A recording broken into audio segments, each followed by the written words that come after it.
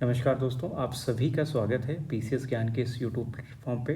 दोस्तों, भारतीय संविधान से संबंधित प्रश्नों को हम कर रहे हैं। इसके पहले हमने 10 प्रश्न किया था पिछली वीडियो में और ये हमारी दूसरी क्लास है। तो आप किसी भी एग्ज़ाम को देने जा रहे हो, अगर भारतीय संविधान से संबंधित प्रश्न आते हैं, आपके सिलेबस में हैं, तो यकीनन ये वीडियो आपके लिए अच्छी रहने वाली है और आपकी तैयारी को और बेहतर बनाएगी। तो आप सभी वीडियो को पूरा देखें। अगर आपको एक भी प्रश्न अच्छा लगता है तो आप चैनल को सब्सक्राइब जरूर करें दोस्तों, ठीक है।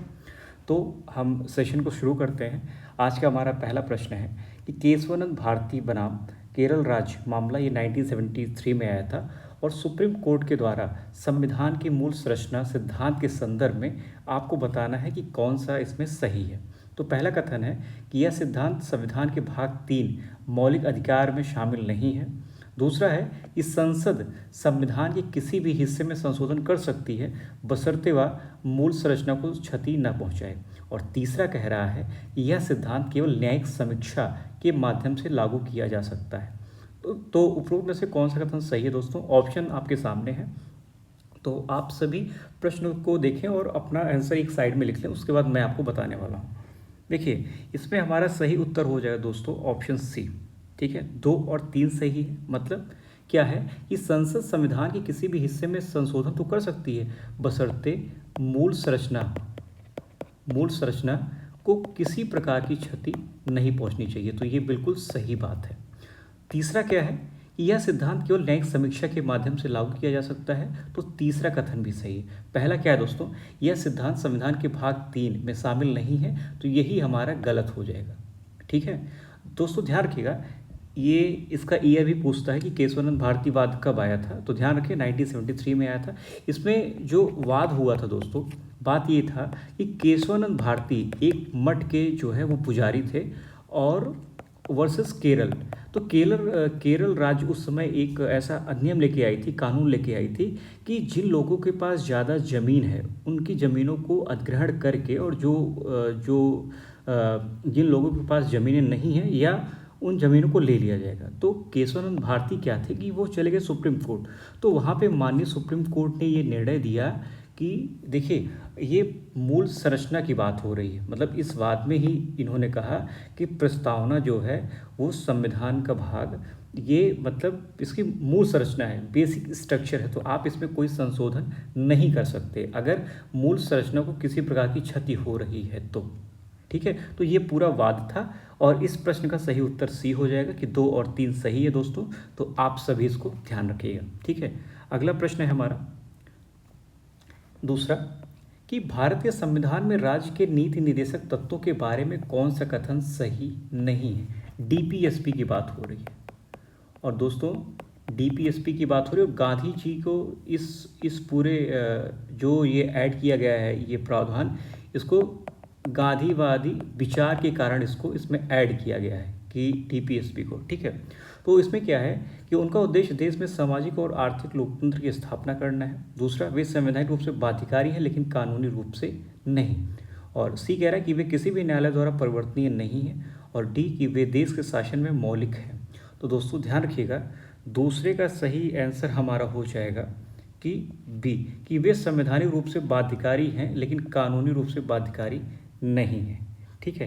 देखिए, डीपीएसपी देश के शासन में मौलिक है लेकिन बाध्यकारी नहीं है, तो बाध्यकारी की बात ही नहीं की गई है, ठीक है। और वे किसी भी न्यायालय द्वारा प्रवर्तनीय भी नहीं है, तो ये बात तो ठीक की गई, लेकिन यहाँ पे इन्होंने इसको गलत कर दिया कि ये संवैधानिक रूप से बाध्यकारी नहीं, बल्कि ये सरकार की अपनी स्वयं की जिम्मेदारी है कि वो अपने काम को करता है या नहीं करता है, तो उसके लिए आप न्यायालय नहीं जा सकते हैं। बल्कि इन तीनों की बात की गई है कि उनका उद्देश्य देश में सामाजिक और आर्थिक लोकतंत्र की स्थापना करना है। बिल्कुल सही बात है। डीपीएसपी में जो प्रावधान आर्टिकल 36 से लेकर के 51 तक किए गए हैं, तो इन सभी बातों की चर्चा की गई और ये किसी भी न्यायालय द्वारा प्रवर्तनीय नहीं है। सही बात है कि सरकार की इच्छा है तो वो काम करेगा, अगर इच्छा नहीं है तो वो काम नहीं करेगा, लेकिन आप उसके लिए न्यायालय नहीं जा सकते, ठीक है। और ये देश के शासन में मौलिक है, तो ये बिल्कुल सही बात है। तो दूसरे का सही उत्तर बी हो जाएगा। बाकी इन तीनों का एक्सप्लेनेशन हमने देखा दोस्तों, ठीक है। नेक्स्ट है कि भारत के राष्ट्रपति की वीटो शक्तियों के संबंध में निम्नलिखित में से कौन सा युग्म सुमेलित नहीं है, ठीक है। ऑप्शन है पहला हमारा, उपरोक्त सभी सुमेलित हैं। बी है कि निलंबनकारी वीटो धन विधेयक को पुनर्विचार के लिए वापस करना। सी है कि पॉकेट वीटो कि अनिश्चित काल के लिए विधेयक को अपने पास रखना। और डी है पूर्ण वीटो निजी सदस्यों के विधेयकों पर। ठीक है, तो दोस्तों ध्यान रखिएगा, तीसरे का हमारा सही ऑप्शन हो जाए कौन सा सुमेलित नहीं है, तो ऑप्शन बी हमारा सुमेलित नहीं है। ठीक है, देखिए निलंबनकारी वीटो धन विधेयक को पुनर्विचार के लिए वापस करना। देखिए धन विधेयक को पुनर्विचार के लिए वापस नहीं किया जा सकता है, क्योंकि धन विधेयक पहले से ही वो परमिशन लेने के बाद उसको लोकसभा में पेश किया जाता है। ठीक है, तो ध्यान रखिएगा, राष्ट्रपति धन विधेयक को पुनर्विचार के लिए वापस नहीं भेज सकते हैं, उन्हें या तो सहमत देनी होती है या रोक कर रखना होता है। ठीक है, तो आप ये ध्यान रखिएगा। तो इसमें हमारा ऑप्शन बी सही हो जाएगा कि भारत के राष्ट्रपति वीटो शक्तियों के सम्मिलित, लेकिन कौन सा सुमेलित नहीं है, तो बी है। ठीक है, तो आप इसका ध्यान रखिएगा, बी ऑप्शन हमारा सही हो जाएगा। ठीक, अगला प्रश्न है कि चौथा प्रश्न है दोस्तों ये कि संघ लोक सेवा आयोग यूपीएससी के अध्यक्ष और सदस्यों को केवल निम्नलिखित में से किस आधार पर राष्ट्रपति द्वारा हटाया जा सकता है? राष्ट्रपति की राय में किसी भी समय। दूसरा, दिवालिया हो, शारीरिक या मानसिक दुर्बलता हो। सी है कि सिद्ध कदाचार जिसे उच्चतम न्यायालय की जांच के बाद सही ठहराया गया हो। और चौथा है सिद्ध कदाचार या अक्षमता। ठीक है दोस्तों, तो ध्यान रखिएगा कि इसमें देखिए जब तक सुप्रीम कोर्ट ये डिसाइड नहीं कर देता है, ठीक है, कि ये गलत तरीके से पद पे हैं या क्या है, देखिए राय से मामला जो है वो नहीं होता है। तो ऑप्शन सी हमारा सही हो जाएगा कि सिद्ध कदाचार जिसे उच्चतम न्यायालय की जांच के बाद सही ठहराया गया हो। देखिए यूपीएससी के सदस्यों को हटाने का एकमात्र जो संवैधानिक आधार है वो सिद्ध कदाचार ही है। ठीक है, और इस कदाचार की उच्चतम न्यायालय के द्वारा जांच अनिवार्य है और उसकी सलाह के लिए राष्ट्रपति के लिए बाध्यकारी होती है। ठीक है, अगर सुप्रीम कोर्ट ने अगर दे दिया है ना, अनुमति अगर दे दी और ये बता दिया, तो आर्टिकल 317 के तहत ये सलाह बाध्यकारी होती है। ठीक है, तो ऑप्शन सी हमारा सही हो जाएगा कि सिद्ध कदाचार जिसे उच्चतम न्यायालय की जांच के बाद सही ठहराया गया हो, उसके बाद यूपीएससी के अध्यक्ष और सदस्यों को हटाया जा सकता है राष्ट्रपति के द्वारा। अगला प्रश्न है दोस्तों कि जब किसी राज्य में राष्ट्रपति शासन आर्टिकल 356 के तहत लागू किया जाता है तो निम्नलिखित में से क्या नहीं हो सकता है? ठीक, पहला है कि राज्य विधानमंडल की शक्तियां संसद को हस्तांतरित हो जाती हैं, और इसमें बात हो रही क्या नहीं हो सकता है। ठीक है, प्रश्न को ध्यान से पढ़ें और जो लाइन होती है कि क्या हो सकता है क्या नहीं हो सकता है, क्या सही है क्या सही नहीं है, तो इसको आप जरूर ध्यान से देखें। ठीक है, इसमें एक ऑप्शन मिसिंग लग रहा है दोस्तों, तो ध्यान रखिएगा। क्या नहीं हो सकता? राज्य विधानमंडल की शक्तियां संसद को हस्तांतरित हो जाती हैं, राज्य के उच्च न्यायालय की शक्तियों पर कोई प्रभाव पड़ता है। ठीक है, और राष्ट्रपति राज्य के किसी भी संवैधानिक प्रावधान को निलंबित कर सकता है। तो ध्यान रखिएगा दोस्तों, इसमें ऑप्शन बी हमारा सही हो जाएगा कि राज्य के उच्च न्यायालय की शक्तियों पर कोई प्रभाव पड़ता है। तो ध्यान रखिएगा, कोई प्रभाव नहीं पड़ता है। ठीक है, तो उच्च न्यायालय के ऊपर किसी भी प्रकार का कोई प्रभाव नहीं पड़ता। जो कुछ पड़ता है वो विधानमंडल के ऊपर या राष्ट्रपति द्वारा संवैधानिक प्रावधान को निलंबित कर सकता है। तो ये बिल्कुल सही है, लेकिन दूसरी चीज़ नहीं होती, क्योंकि हाई कोर्ट का जो है वो कोई रोल ही नहीं है इसमें। ठीक है, कि हाई कोर्ट के ऊपर किसी तरीके से राष्ट्रपति के द्वारा या सुप्रीम कोर्ट के द्वारा उस समय कोई कार्रवाई की जाए। ठीक है, तो ऑप्शन बी हमारा इसमें सही हो जाएगा कि राष्ट्रपति शासन के दौरान भी राज्य के उच्च न्यायालय की शक्तियां, स्थिति और कार्यों पर कोई प्रभाव नहीं पड़ता, मतलब इसको फ्री हैंड है। ठीक है, और वे स्वतंत्र रूप से कार्य करते हैं दोस्तों। ठीक है, तो ऑप्शन बी हमारा सही हो जाएगा, ये चीज़ें नहीं हो सकती हैं। नेक्स्ट है छठा कि 73वें संविधान संशोधन अधिनियम 1992 के संदर्भ में कौन सा कथन असत्य है? आपको असत्य कथन को बताना है। ठीक है, तो इसने त्रिस्तरीय प्रणाली को सभी राज्यों के लिए अनिवार्य कर दिया, इसने पंचायतों के लिए नियमित चुनाव कराना अनिवार्य कर दिया, इसने महिलाओं की सीटों का 1/3 आरक्षण प्रदान कर दिया, और इसने पंचायती राज संस्थाओं को संवैधानिक दर्जा दिया। प्रश्न को ध्यान से पढ़ें, समझें, उसके बाद अपना उत्तर दें आप। दोस्तों अगर आपको एक भी प्रश्न ऐसा लग रहा है कि बहुत अच्छा बना हुआ है, तो आप सभी प्लीज़ चैनल को सब्सक्राइब करें, शेयर करें, लाइक करें और कंटिन्यू आप इस चैनल से जुड़े रहें। आपको आपकी तैयारी में बहुत ही कम समय में बहुत ज़्यादा लाभ दिखने वाला है। ठीक है, तो छठे का राइट आंसर हमारा ऑप्शन ए हो जाएगा कि इसने त्रिस्तरीय जो प्रणाली थी वो सभी राज्यों के लिए, तो यहाँ पे सभी की बात किया है, तो ये हमारा गलत हो जाएगा कि कौन सा कथन असत्य है दोस्तों, तो पहला कथन हमारा असत्य हो जाएगा। और सही क्या क्या है कि पंचायतों के लिए नियमित चुनाव कराना, ये भी ठीक है। महिलाओं के लिए आरक्षण की बात हो, ये भी ठीक है। और पंचायती राज संस्थाओं को संवैधानिक दर्जा दिया गया है, ये भी सही हो जाएगा। ठीक है, देखिए इसके लिए क्या है कि जिस राज्य की जनसंख्या 20 लाख से कम है वहाँ मध्यवर्ती स्तर का गठन करना अनिवार्य नहीं है, ये चीज़ आप ध्यान रखिएगा। ठीक है, अगला प्रश्न है दोस्तों कि निम्नलिखित में से कौन सी रिट एक निजी व्यक्ति या निकाय के खिलाफ भी जारी की जा सकती है? परमादेश, अधिकार परीक्षा, उत्प्रेषण या बंदी प्रत्यक्षीकरण। कौन सी रिट एक निजी व्यक्ति या निकाय, प्राइवेट इंडिविजुअल और बॉडी के खिलाफ भी जारी की जा सकती है?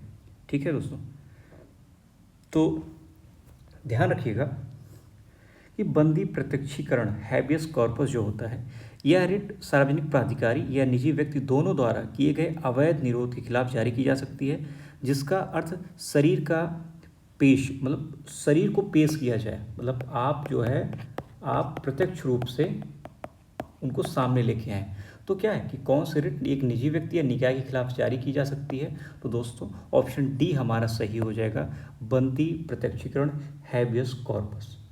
ठीक है, आने वाली क्लास में क्योंकि आपका वीडियो लंबा हो जाएगा, इन तीनों के बारे में भी हम चर्चा करने वाले हैं कि कौन सी रिट जो है किससे क्या होता है। ठीक है, नेक्स्ट है कानून के समक्ष समानता और कानूनों का समान संरक्षण के संबंध में निम्नलिखित में से कौन सा कथन सर्वाधिक उपयुक्त है? कानून के समक्ष समानता के बारे में और कानूनों का समान संरक्षण के बारे में। पहला ऑप्शन है हमारा कि पहला सकारात्मक अवधारणा है कि दूसरा नकारात्मक अवधारणा है, इसकी और इसकी बात हो रही है। पहला केवल नागरिकों के लिए उपलब्ध है जबकि दूसरा सभी व्यक्तियों के लिए है। ठीक, पहला ब्रिटिश मूल का है जबकि दूसरा अमेरिकी मूल का है। पहला किसी विशेष अधिकार न देने की बात करता है जबकि दूसरा समान परिस्थितियों में समान व्यवहार पर जोर देता है। तो दोस्तों इसमें बात हो रही सर्वाधिक उपयुक्त कौन सा है, सबसे बेहतर फिटिंग किस आंसर की है कि कानून के समक्ष समानता और कानूनों का समान संरक्षण।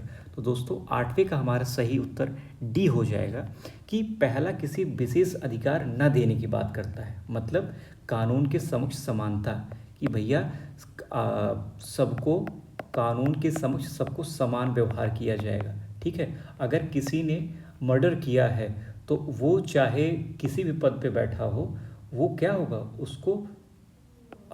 उसको जो है हत्या के लिए ही दोषी माना जाएगा।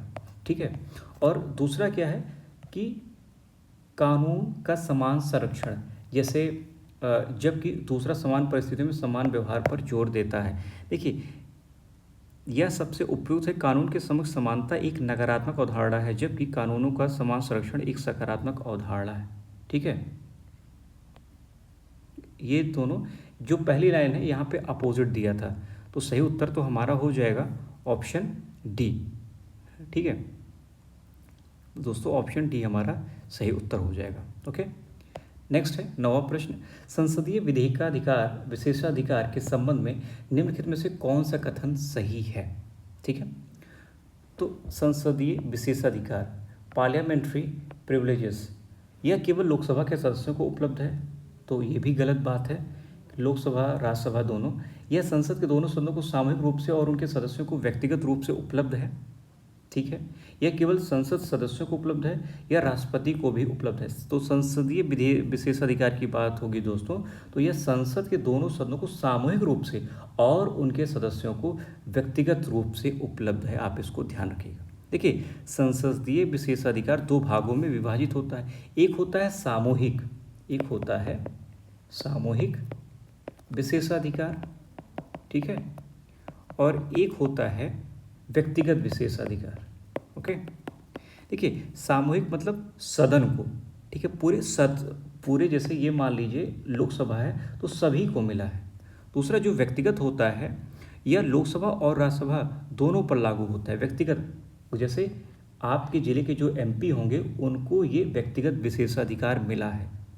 और सदन को जो सामूहिक विशेषाधिकार मिला है वो है कि वो जिसको चाहे अपने, जब उसका सत्र चलता रहता है तो उसको वहाँ बैठने की अनुमति दे सकता है, नहीं दे सकता है, ठीक है। और व्यक्तिगत रूप से क्या है कि कुछ समय के लिए जो संसद सदस्य होते हैं, जब सत्र चलता रहता है तो उस समय उनकी गिरफ्तारी नहीं हो सकती, तो वो उनको व्यक्तिगत रूप से वो अधिकार मिले हैं। तो दोस्तों ध्यान रखिएगा, 9वें का इस प्रश्न के संदर्भ में आपका सही आंसर बी हो जाएगा कि यह संसद के दोनों सदनों को सामूहिक रूप से और उनके सदस्यों को व्यक्तिगत रूप से ये उपलब्ध है, ठीक है। और अगला प्रश्न है, निम्नलिखित में से कौन सा आयोग या समिति केंद्र राज्य संबंधों के संबंध में सही नहीं है, ठीक है। तो ऑप्शन ए राजमन्नार समिति, सरकारिया समिति, पुंछी आयोग या केलकर समिति, ठीक है। तो दोस्तों ध्यान रखिएगा, इस प्रश्न के संदर्भ में हमारा सही आंसर डी हो जाएगा। ये तीनों समितियां केंद्र राज्य संबंध से हैं, ठीक है। लेकिन केलकर समिति दोस्तों मुख्य रूप से कर सुधार से है, ये कर सुधार से रहने वाली समितियां हैं, ठीक है। केलकर समिति का संबंध मुख्य रूप से कर सुधारों और राजकोषीय समेकन से है। सरकारिया समिति मतलब ऑप्शन ए राजमन्नार समिति और पुंछी समिति आयोग केंद्र राज्य संबंधों से संबंधित है। तो समितियां पूछा जाता है, इम्पॉर्टेंट है। तो दोस्तों आप सभी को प्रश्न जैसा भी लगा हो, आप सभी जो है वो कमेंट करके ज़रूर बताइए, और प्रश्न का लेवल कैसा था, और अगर आपको एक प्रश्न भी अच्छा लगा हो तो आप इस मेहनत के लिए आप चैनल को सब्सक्राइब कर लीजिए, है ना। और आप सभी के सहयोग के लिए बहुत बहुत धन्यवाद। वीडियो को शेयर करें, चैनल को सब्सक्राइब करें।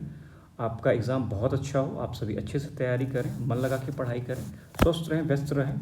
ओके दोस्तों, तो आप सभी का बहुत बहुत धन्यवाद क्लास से जुड़ने के लिए। नमस्कार दोस्तों।